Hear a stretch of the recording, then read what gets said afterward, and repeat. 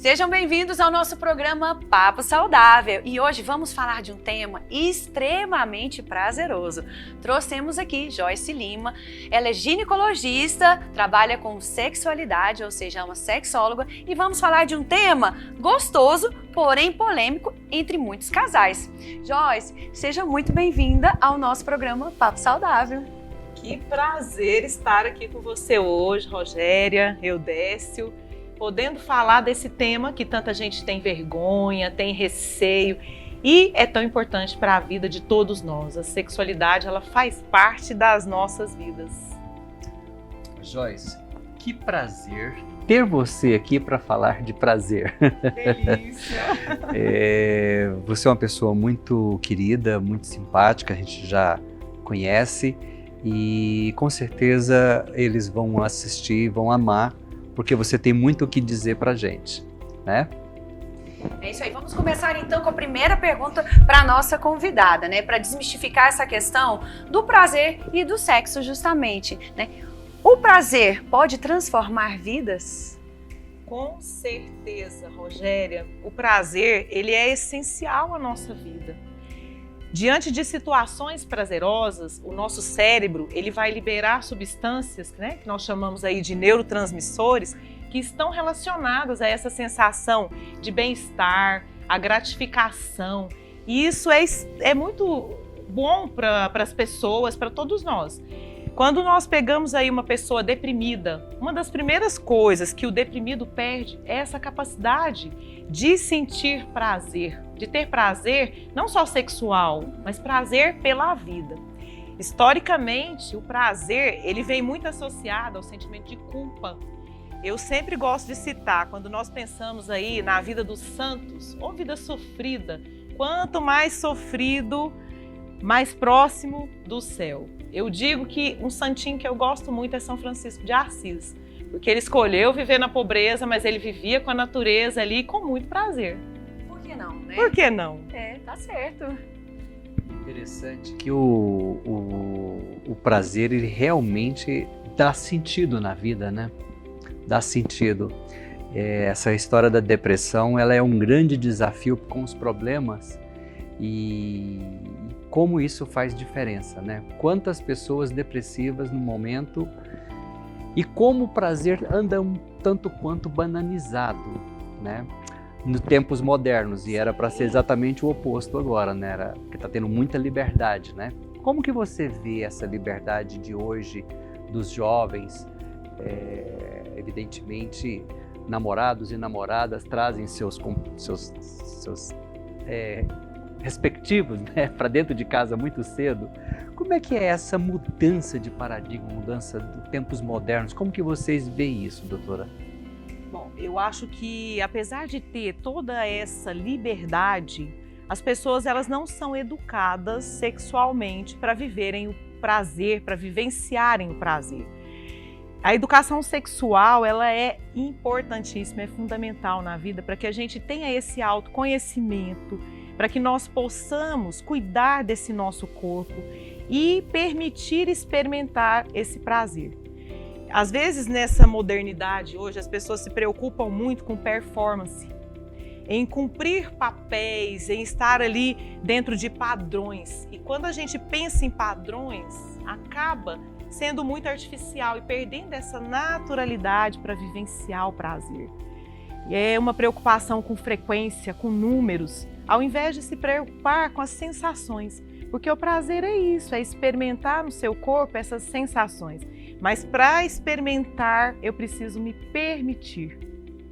E não existe um padrão para todo mundo, Não é existe mesmo? um padrão, Rogéria. Cada pessoa vai gostar de ter uma vida sexual de uma forma.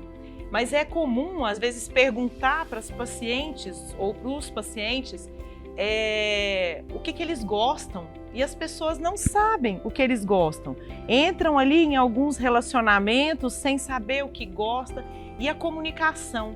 As pessoas têm muita dificuldade para falar para o outro o que eles gostam. Então, primeiro saber o que eu gosto, como eu quero, e depois comunicar isso para a parceria. E não ser taxada, né? Porque assim, é muito complicado uma mulher falar o que ela gosta num relacionamento e ela fica com medo do que o parceiro vai pensar.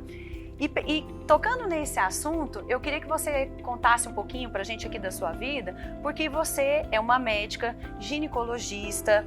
E como é que foi essa quebra de paradigmas na sua vida de falar sobre relacionamento, falar sobre sexo? Porque assim como é um padrão para nós, assim, não é nem um padrão, é um tabu para nós mulheres muitas vezes falar da nossa sexualidade. Graças a Deus isso vem melhorado, né? Como é que foi para você essa questão de falar, né, sobre sexo, sobre prazer, sendo médica, sendo ginecologista e construindo essa carreira que você tem, uma carreira brilhante, uma carreira super respeitada? Obrigada, Rogéria, é muito bom ouvir isso. Bom, dentro da ginecologia, eu ouvia muitas queixas das mulheres. Então, elas traziam muitas queixas sexuais e estavam muito insatisfeitas com a vida sexual e muito sofrimento. O que sempre me chamou a atenção foi assim, o sofrimento que essas dificuldades sexuais geram nas pessoas. E era um sonho trabalhar com sexualidade, mas eu passei aí 20 anos fazendo ginecologia e obstetrícia, fui obstetra por 20 anos e de repente eu falei, não, tá na hora de parar, de fazer parto e ir atrás do meu sonho. Você já estava segura, né, na profissão, assim, como Sim. médica, né? Então foi o próximo passo. O próximo passo, senti que era o momento, eu tinha cumprido a minha missão enquanto parteira e estava pronta para um novo desafio. Desde a época da faculdade, eu tinha vontade de trabalhar com sexualidade. No internato rural, né, 6º ano, nós fomos convidados, eu e um colega, para ir na rádio falar para a população e nós escolhemos falar de educação sexual. E aí então eu falei, agora está na hora, né, de colocar em prática esse sonho. Fui estudar sexualidade, fiz minha formação na USP de São Paulo com a doutora Carmita Ábido. E uma das coisas que a minha terapeuta na época perguntou, assim que eu comecei a formação, ela me fez essa pergunta, como você lida com a sua sexualidade? E a minha resposta para ela foi, tão tranquila que eu quero ajudar outras pessoas. Apesar de ter crescido numa família extremamente religiosa, uma família católica, a construção da minha sexualidade foi muito tranquila. E isso é importante, para você falar desses temas que são tabus, se você não tiver essa tranquilidade, não treinar o seu julgamento, porque nós vivemos numa sociedade, como você disse, extremamente julgadora, principalmente em cima das mulheres. Há muita repressão. Se você não estiver tranquila, machista, então é preciso que, enquanto terapeuta, a gente possa trabalhar a nossa própria sexualidade. Eu só consigo falar daquilo que eu estou segura, daquilo que eu estou tranquila. Que está bem resolvido. Bem dentro resolvido. De você. É claro que o ser humano, a nossa vida é um processo. Vão aparecer desafios na minha vida pessoal, com certeza, que vão ter que ser trabalhados. Doutora, é interessante essa história do prazer, porque a gente que já percorreu um pouquinho, né, a estrada da vida, já está no meio caminho andado, número deixou de ser importante já faz algum tempo, né? Mas interessante, quando mais jovem, às vezes você entra num relacionamento e fala, vai ser bom demais o começo. E é bom, é toda aquela coisa, né? Embora que às vezes assusta. E existe uma certa tendência, um comunicado de que com o passar do tempo a relação vai esfriando, vão se tornando amigos, etc. Mas entretanto, né, a relação também ela pode ser construída e, sinceramente, ela é muito mais prazerosa num casal quando se constrói, quando se conhece o corpo um do outro e, sem dúvida alguma, a confiança do casal, né, gera um prazer é melhor, né? Depois de algum tempo a gente percebe que é melhor. A responsabilidade do prazer, ela é de quem? Do homem, da mulher? Como que você vê isso?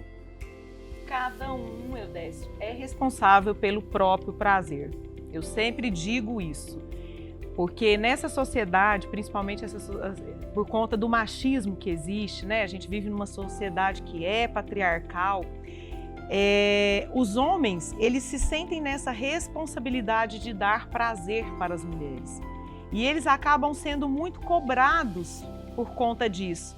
E eu vejo mulheres que ficam ali esperando que só o homem tenha essa atitude, que só o homem procure e que o homem procure ali também as práticas para dar prazer para essa mulher.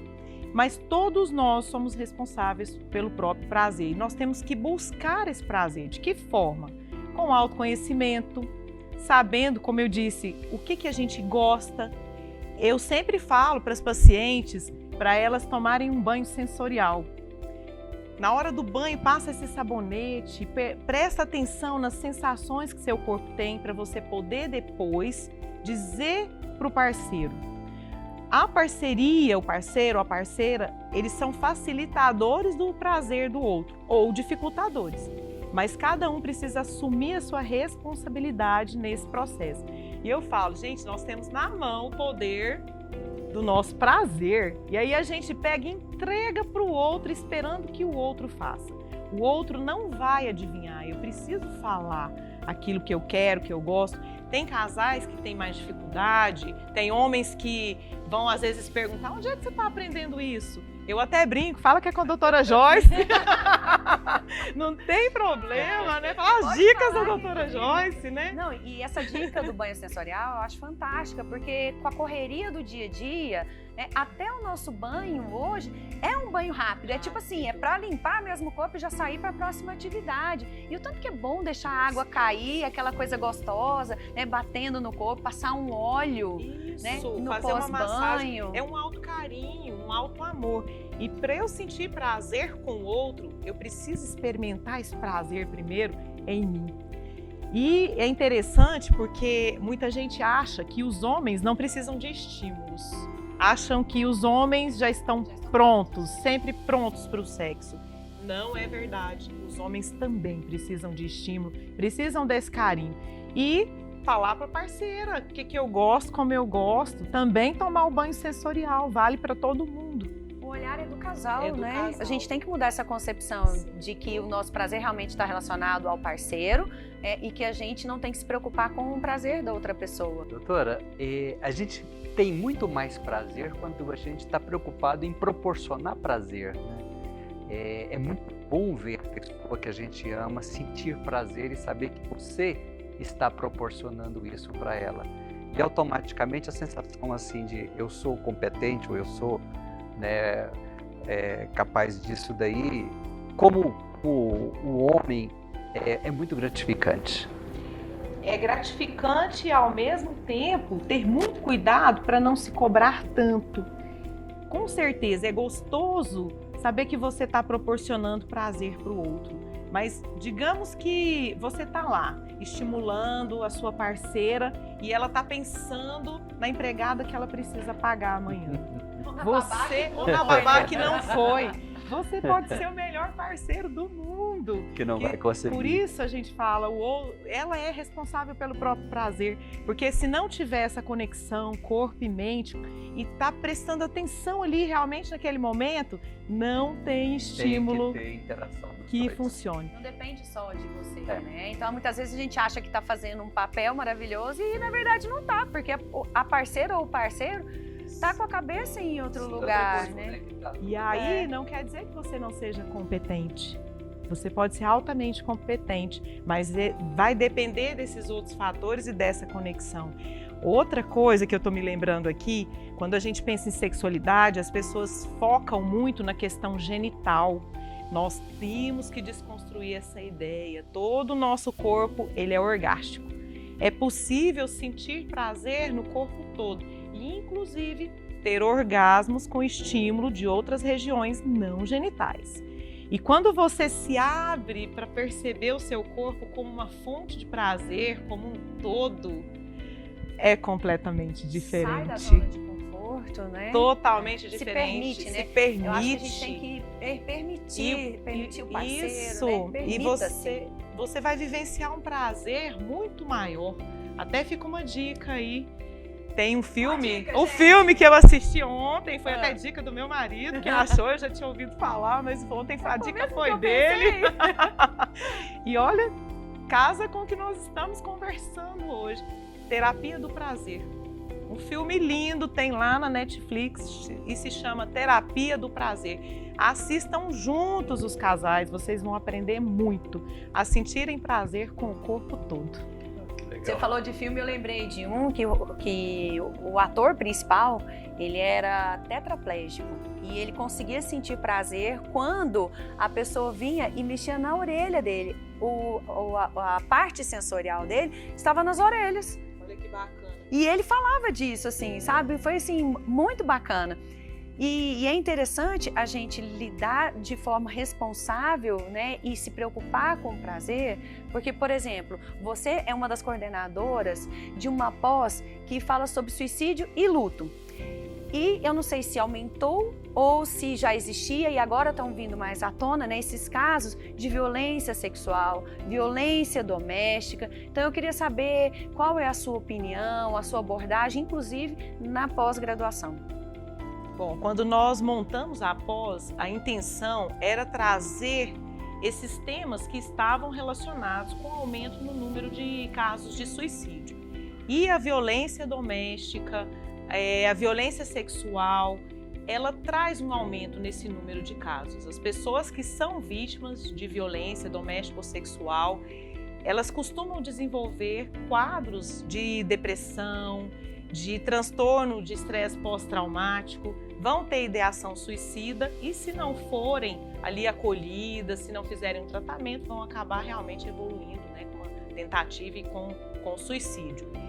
E aí é importante capacitar profissionais para terem esse olhar atento e acolher essas mulheres. Inclusive profissionais da saúde. Eudécio pode ser o primeiro a perceber que essa mulher está sendo vítima.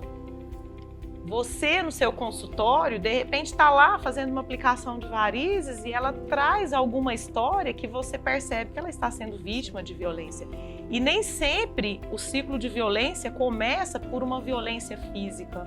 Às vezes é uma violência ali verbal, uma violência, né, emocional. Então a gente precisa estar muito atento.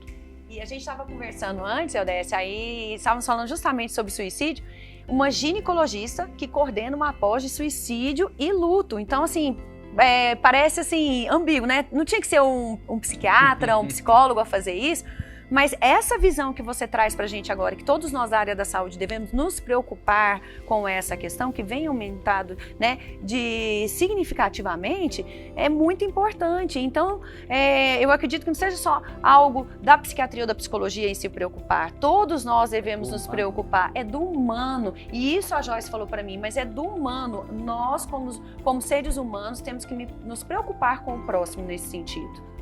Enquanto cidadãos, nós temos, né, uma responsabilidade de proteger a vida.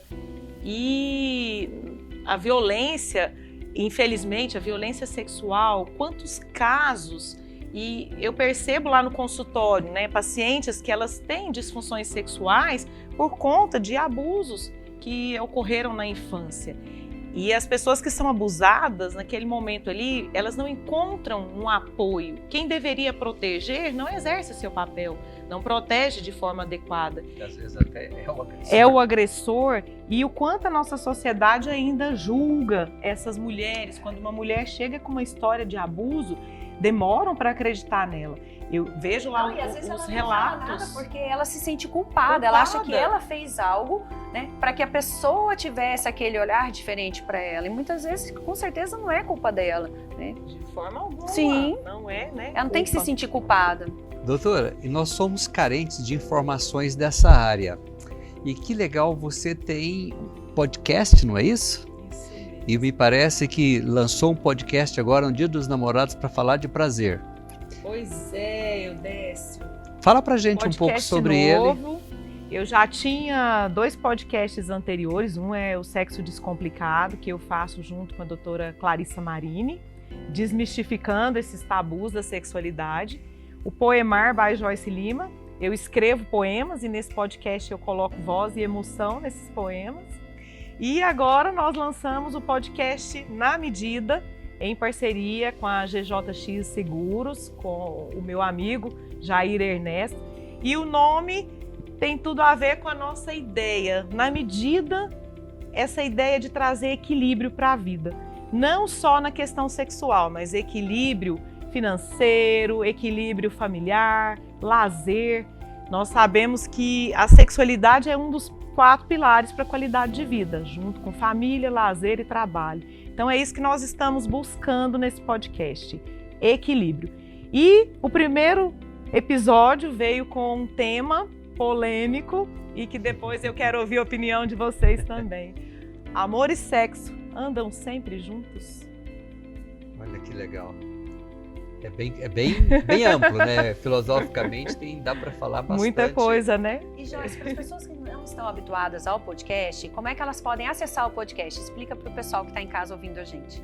Existem 2 formas de acessar esse podcast. Eles podem ouvir no Spotify e nas principais plataformas aí, né? Deezer, Google Podcast, Apple Podcast. Basta colocar lá Na Medida Podcast. Ou podem assistir no YouTube. Podem procurar lá e vão ver esse primeiro episódio que está assim maravilhoso. E inclusive nós trouxemos 2 sexólogas, doutora Aline Veloso e doutora Celisa. Doutora Celisa, ela é psicóloga, tem 73 anos, justamente para mostrar e a sexualidade do idoso.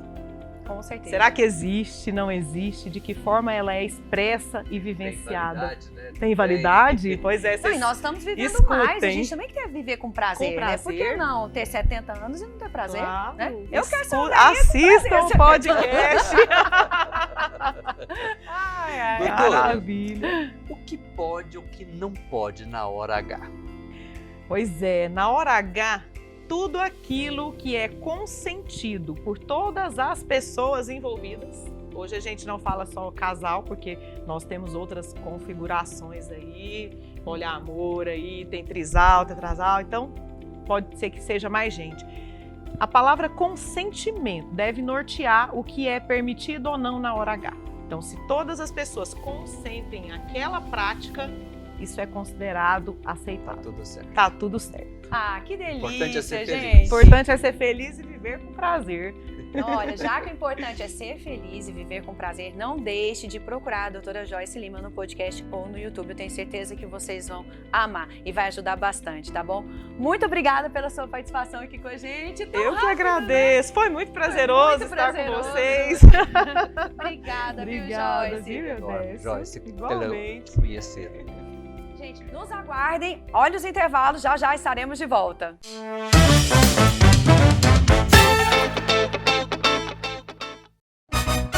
Arroz com salsa? Arroz cristal, feijão cristal. Arroz cristal, feijão cristal. Arroz com feijão, feijão com arroz. Arroz cristal, feijão cristal. Arroz cristal, feijão cristal. Não é que dá certo? Arroz cristal, feijão cristal. Arroz cristal, feijão cristal. Arroz e feijão cristal. Pureza em forma de grãos.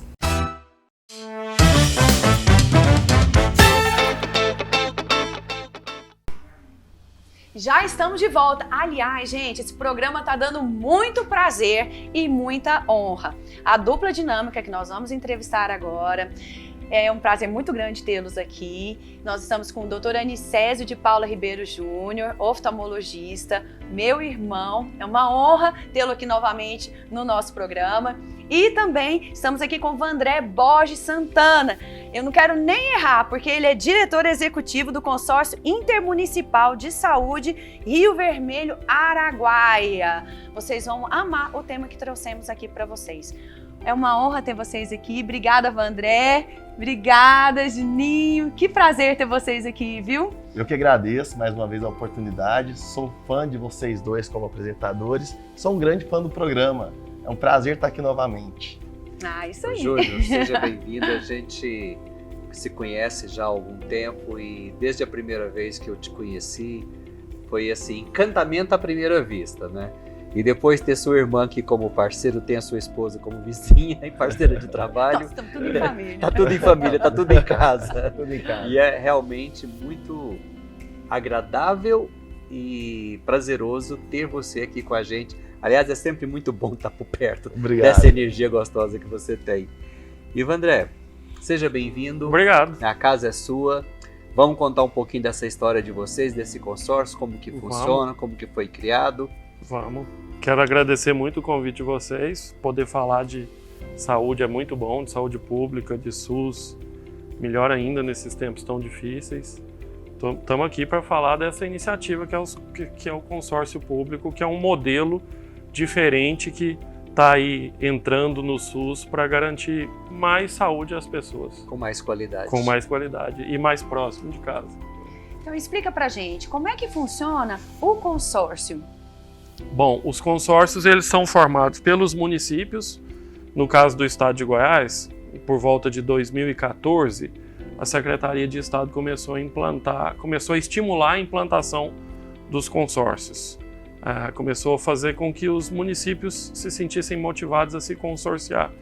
A ideia é que municípios do interior juntos, eles possam ter mais condição de atrair serviços de saúde para mais perto dos usuários do SUS, dos pacientes, e eles possam também ter condição de trazer mais serviços, possam ter um poder de contratação maior, porque você deixa de ser, por exemplo, um município de 5 mil habitantes e passa a ser um consórcio que conta com uma população de 200 mil pessoas. Então descentraliza, né? Descentraliza. A questão da saúde. Um dos principais objetivos é, sem dúvida nenhuma, a descentralização. A gente consegue levar muitos serviços para as regiões de saúde e tirar da região central, que é Goiânia, e graças a Deus a gente tem conseguido isso. A nossa região de saúde é a região Rio Vermelho, né? Existem outros consórcios hoje no estado de Goiás.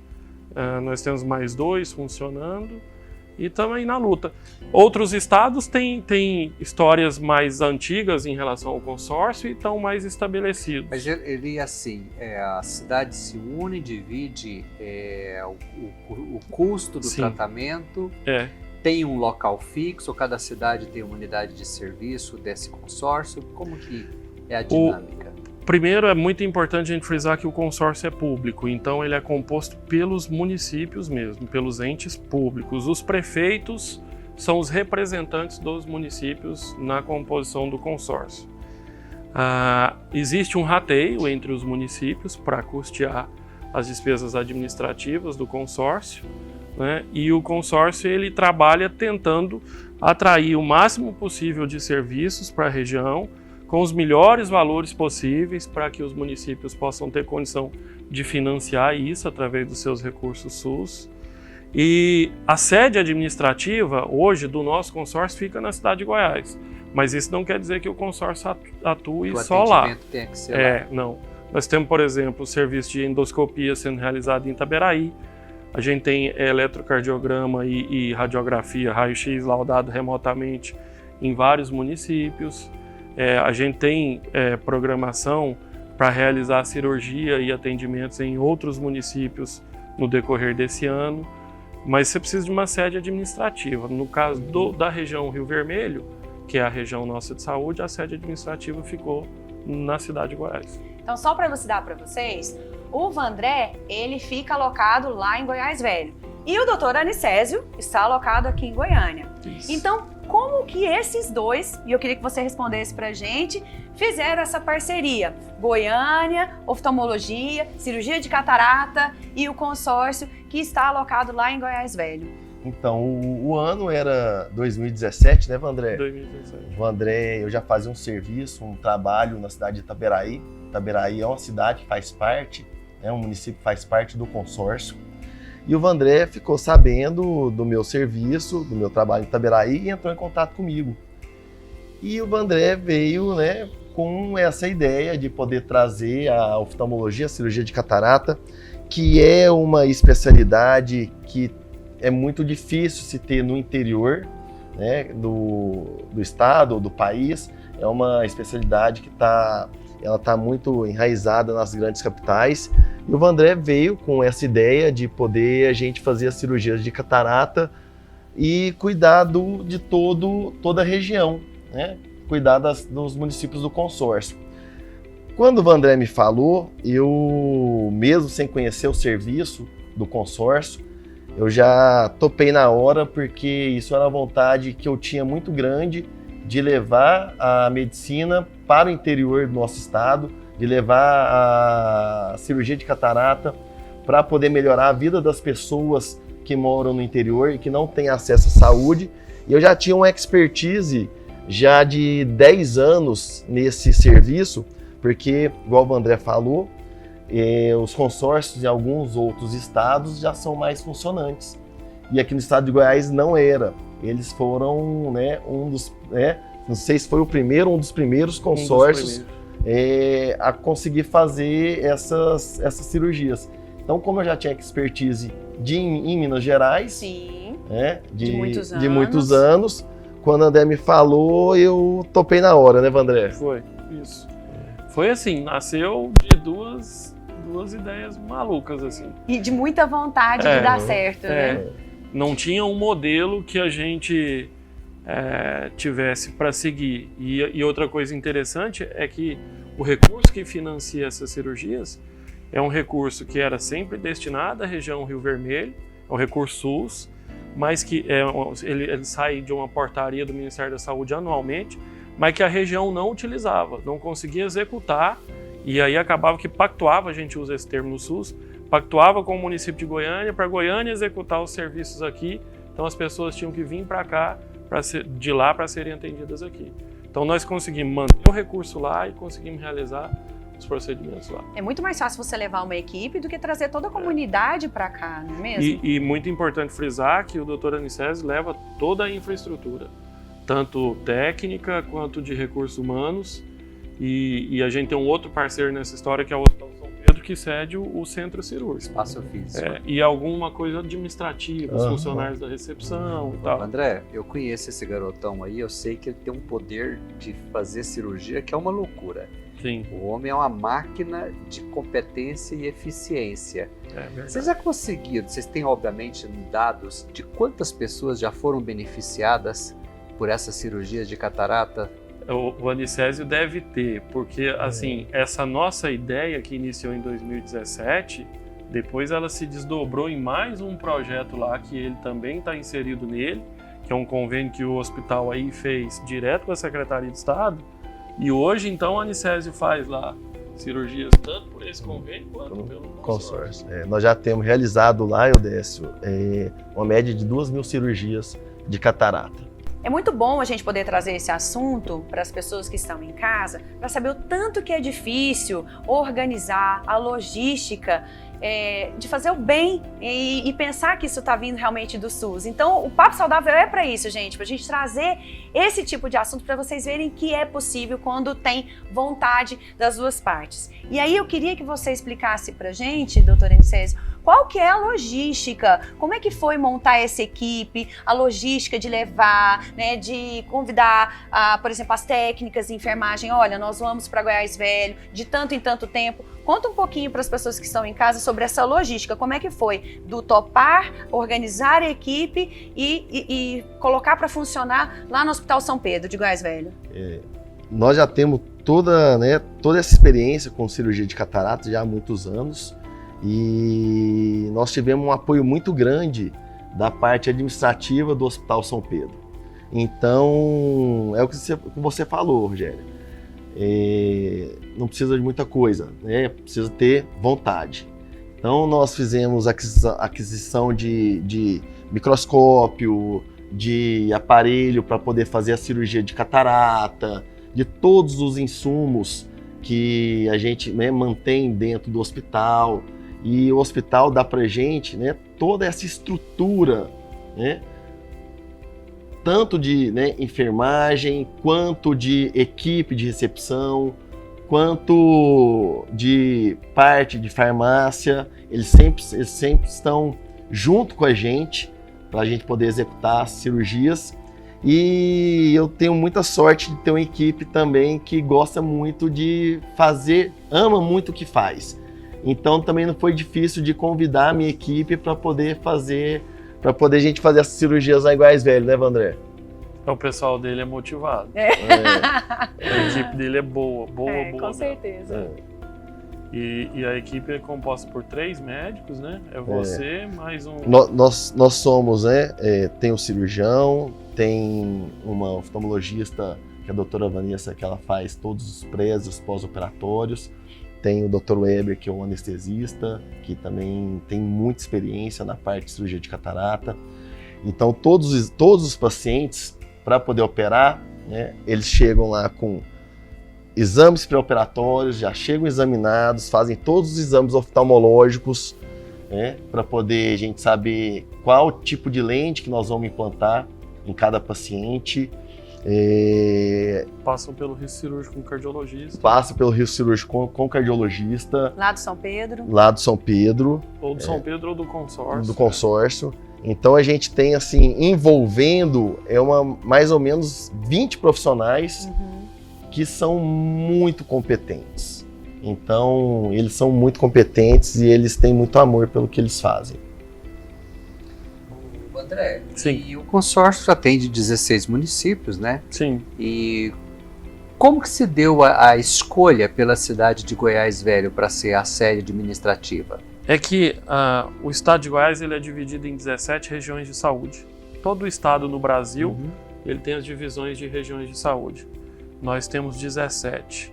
A região Rio Vermelho, que é a nossa lá, que é onde está a cidade de Goiás, vai até Nova Crixás, Britânia, Itaberaí, Americano do Brasil, Moçambique, Itapuranga, por ali.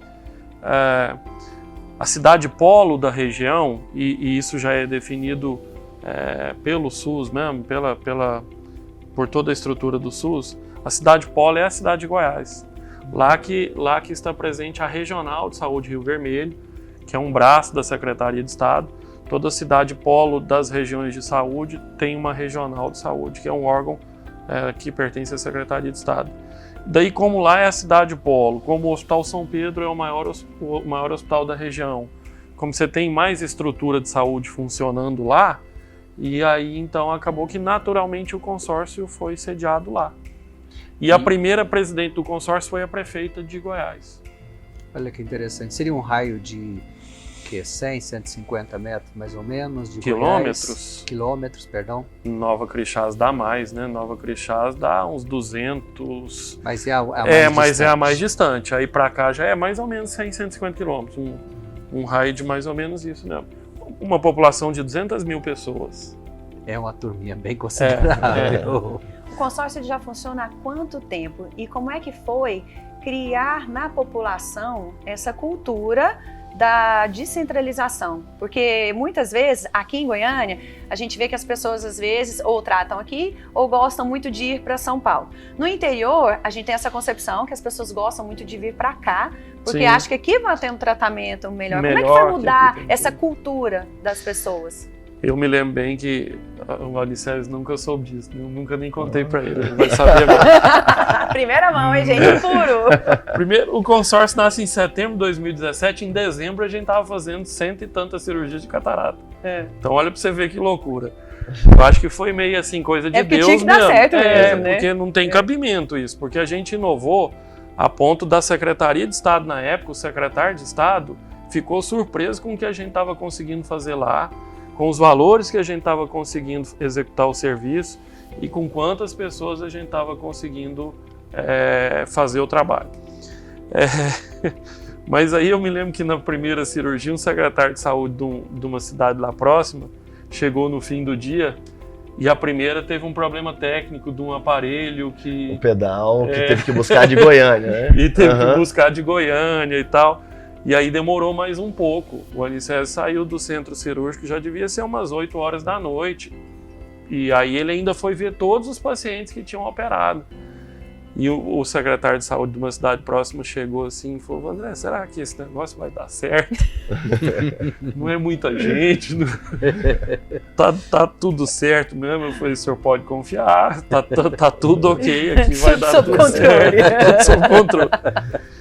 E aí, mas eu tô contando essa história para te dizer que no começo é difícil de você demonstrar para as pessoas que dá para fazer o que faz aqui, lá, com mais qualidade ainda, sabe? Lá, o paciente não vai para a cirurgia sem fazer um risco cirúrgico. O risco cirúrgico ele tem que levar os exames laboratoriais, ele tem que levar o raio-x de tórax, ele tem que levar o eletrocardiograma. A gente tem um cardiologista que ele é bem cauteloso. Se ele perceber que precisa de um teste de esforço ou de um ecocardiograma, ele solicita.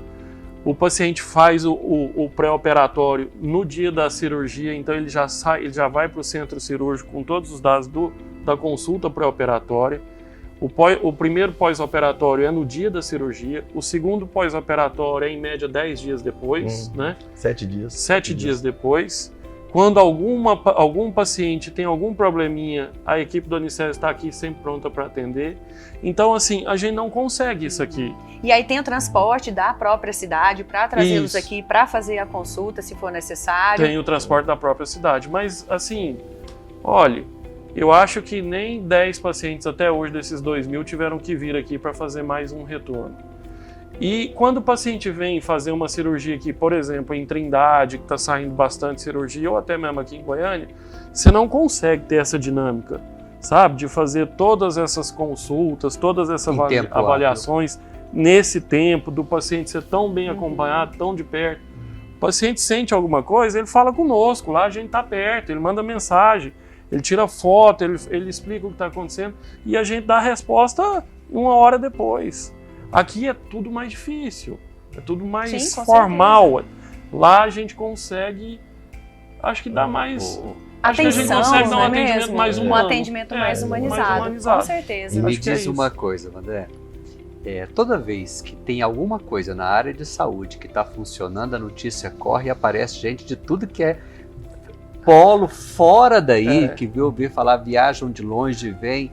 Vocês enfrentam essa, vamos dizer, problemática, porque de repente aumenta bastante as pessoas interessadas, né? Como é que vocês controlam isso? Nós enfrentamos muito, tanto que o desdobramento que eu disse que surgiu, né, da iniciativa que foi esse convênio do hospital com o Estado, eu vejo que já foi assim, justamente porque o Estado, quando eu digo Estado, é a Secretaria de Estado da Saúde, percebeu o quanto estava funcionando bem e já contratou 70 cirurgias, 70?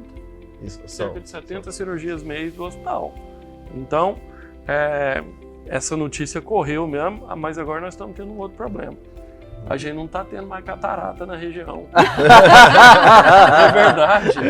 Doce problema. Nós estamos fazendo busca ativa. Agora, antes a gente tinha uma fila e a gente ficava doido para diminuir a fila. Vocês estão anunciando mesmo para outros. Nós estamos fazendo busca ativa. A gente está fazendo consulta oftalmológica para descobrir os pacientes que ainda não sabem, que não sabem que tem catarata. Então, olha o quanto a gente conseguiu inverter o processo. Mas nós tivemos, sim, esse desafio, né, assistencial, que você perguntou, né, Rogéria, mas nós também tivemos um desafio burocrático. Eu lembro do Vandré me contando, assim, em reuniões, nessa parte inicial, ninguém, né, da reunião das secretarias acreditavam que a gente ia dar conta de executar o serviço. E o Vandré teve um dia, eu lembro ele me contando, que ele levantou, bateu na mesa, falou, não, pode colocar que eu garanto. Foi. Uma reunião da CIR. Como é que foi? Existe uma reunião mensal que é de um colegiado, também é formalizado dentro do SUS, chama CIR, Comissão Intergestores Regional, que é um colegiado composto pelos secretários municipais de saúde da região. É a primeira instância decisória. Depois vem para a CIB, depois vem para a CIT. E numa reunião dessa da CIR, quando a gente foi pactuar esse recurso, que eu falei que vinha sempre para Goiânia, os secretários começaram a colocar ainda, não, eu acho que eu vou deixar em Goiânia mesmo, que eu nem sei se vai conseguir realizar isso. Vou pôr meu recurso aí não, vou pôr em Goiânia e o outro... E aquele negócio foi embalando, né, rapaz? Eu levantei e pedi a palavra. Esse negócio não vai prestar. E eu garanto que nós vamos fazer, nós vamos aplicar o recurso e vamos fazer as cirurgias aqui, vamos melhorar a vida das pessoas aqui. Por que nós não vamos deixar esse dinheiro aqui se a gente já tem equipe técnica, se a gente já comprovou que consegue, se a gente faz com qualidade, se a gente pode ajudar os nossos munícipes aqui, as nossas pessoas aqui. Mas teve Desafios, momentos. vários desafios. É uma As ideia pedras nova, são né? enormes, Olha, no caminho. E toda ideia nova, ela enfrenta. E olha resistência. um desafio interessantíssimo, assim, que eu até outro dia contei numa cerimônia. E que se não fosse uma pessoa, porque o Anicésio, esse negócio para dar certo tinha que ser um ser humano assim como ele, sabe? Sim. A primeira rodada de cirurgias, ele ficou mais ou menos 1 ano para receber R$90 mil, porque o faturamento deu problema. E ele esperou com toda a calma do mundo e continuou realizando cirurgias. Apostando na ideia. Quando ele me ligava para cobrar, ele dizia assim, não tô ligando para cobrar, tô ligando só para vocês não esquecerem de mim. Vocês não esqueçam de mim aí e façam o que vocês puderem. Eu entendo o que está acontecendo, que eu fui até ele, expliquei para ele. Na época, o diretor de planejamento da Secretaria de Saúde, que hoje é o secretário municipal de saúde lá, eu marquei uma reunião com ele, falei, Marcos Elias, agora danou-se, como é que nós vamos fazer? Quando nós tivemos a notícia que o dinheiro não vinha. Ele falou assim, uai, Vandré, eu não tenho 90 mil, só se eu vender minha casa. Eu falei, eu nem a casa para vender tenho, pô. Mas aí a gente foi lutando, foi fazendo contato no ministério, foi indo, e mais ou menos 1 ano depois a gente conseguiu receber o Anicésio. Eu gosto de contar essa história para que os telespectadores possam ver que assim, a gente não faz saúde, não é com dinheiro. É claro que todo mundo tem que receber pelo trabalho, Sim. Mas a gente faz saúde com sentimento de humanidade, aí os projetos andam. É bom a gente mostrar para as pessoas que existem médicos que trabalham pelo humano, Isso. pelo ser humano, trabalha com prazer, Isso. que fez medicina não pelo status, mas sim com a ideia e com a missão de ajudar as outras pessoas. É lógico, igual você falou, ele tem família, tem que sobreviver, né, e hoje as coisas estão difíceis, mas mostrar para vocês que estão em casa, que tem essa cultura, né, de que o médico hoje é um mercenário, a gente trazer para vocês essa consciência dos médicos humanos que a gente tem e que são nossos, gente, é piqui nosso, né? É uma honra muito grande. Eu costumo dizer aqui que nós temos piqui do Goiás, entendeu? Então, com muita honra, vocês dois são os nossos piquis. E é isso que a gente quer trazer aqui para as pessoas. E eu queria falar também sobre algo muito importante, que foi justamente, né, por ser um piqui tão importante, a honraria, né, de se tornar um cidadão vilaboense. Eu queria muito que você falasse sobre esse título que você ganhou lá na Câmara, que foi um prazer e uma honra como sua irmã, né? Toda a família foi lá para te assistir, para te aplaudir. Foi lá que conheci o Vandré, a família dele, a esposa, filha linda. Então, assim, foi um final de semana memorável. Fala um pouquinho pra gente. Na verdade, virar cidadão vilaboense foi uma das grandes honrarias da minha vida, né? Mas quando a gente fala que, né, a pessoa ou alguém recebeu um título, eu não vejo bem assim. Na verdade, não foi o Dr. Anicésio que recebeu o título. Quem recebeu o reconhecimento foi um projeto, que é um projeto que não passa por mim, que passa por várias pessoas, que passa, né, pela Prefeitura de Goiás Velho, na figura do prefeito, que passa pelo hospital Dom Pedro, que passa pela administração do hospital, que passa pela associação que toma conta do hospital, que passa pelo consórcio, e a figura do Vandré é uma figura muito importante para que isso tudo, né, funcionasse, tá? E nesse projeto tem toda a parte assistencial do hospital, que ajudam bastante. Vem também toda a minha parte da minha equipe, né, que juntando tanto o hospital quanto a minha equipe, eles têm um carinho e uma competência muito grande na execução dos serviços, né? E depois vem eu também. Então, esse título é um reconhecimento pelo grande projeto, se tornou o maior projeto cirúrgico da região, né, Vandré? Então, é um reconhecimento desse projeto. Então, isso me dá muito mais orgulho do que se fosse um título simplesmente para mim. É de toda a equipe, né? É de toda a E eu vou equipe. contar uma história que não sei se eu já contei pra você, mas vou contar aqui pra vocês. Em 2018, nós temos amigos lá em Goiás Velho e tinha uma senhora que trabalha na casa dessa família que nós somos amigos e ela soube que eu era médica. Aí ela falou: ô, doutora, acabei de fazer uma cirurgia. Eu falei: é mesmo? A senhora tá aqui, tá boa? Ela: não, tô ótima, fiz cirurgia de catarata. Aí eu falei: é mesmo? E a senhora tá enxergando bem? Doutora, fiz com um médico bom demais a conta. Mas pensa no médico bom. Eu falei assim: como é que chama o médico da senhora? Aí ela: doutora Anicésio. Então, em 2018, eu conheci uma senhora que estava das mais felizes, que estava enxergando nas mãos do meu irmão. Então, já em 2018, já tinha gente com a vida transformada, vocês já estavam fazendo a diferença. Imagina a diferença que vocês têm feito esses anos todos. Então, quando a gente muda o olhar, a gente muda uma história. Quando a gente muda o olhar, a gente muda o mundo. E é isso que a gente está precisando aqui nessa terra. É mudar o nosso olhar, mudar o mundo com histórias bonitas, histórias de superação, histórias de ajuda e de amor ao próximo. Então é um prazer muito grande ter vocês aqui no nosso Papo Saudável, viu? Olha, eu fico encantado com esse processo, porque a gente sabe o quanto a sociedade é carente de pessoas que realmente acolham as dores deles. O meio político, a gente sabe muito bem, política, né, tem aí seus senões, né, vários senões, e nem sempre o foco é o paciente, é o eleitor, né, mas não há nenhuma outra maneira melhor de atingir mais pessoas do que através de uma política feita com consciência, associando profissionais de competência. Essa iniciativa, sim, ela merece nosso respeito, nossa admiração, nossa gratidão. Parabéns por vocês terem criado, parabéns por tudo que fazem.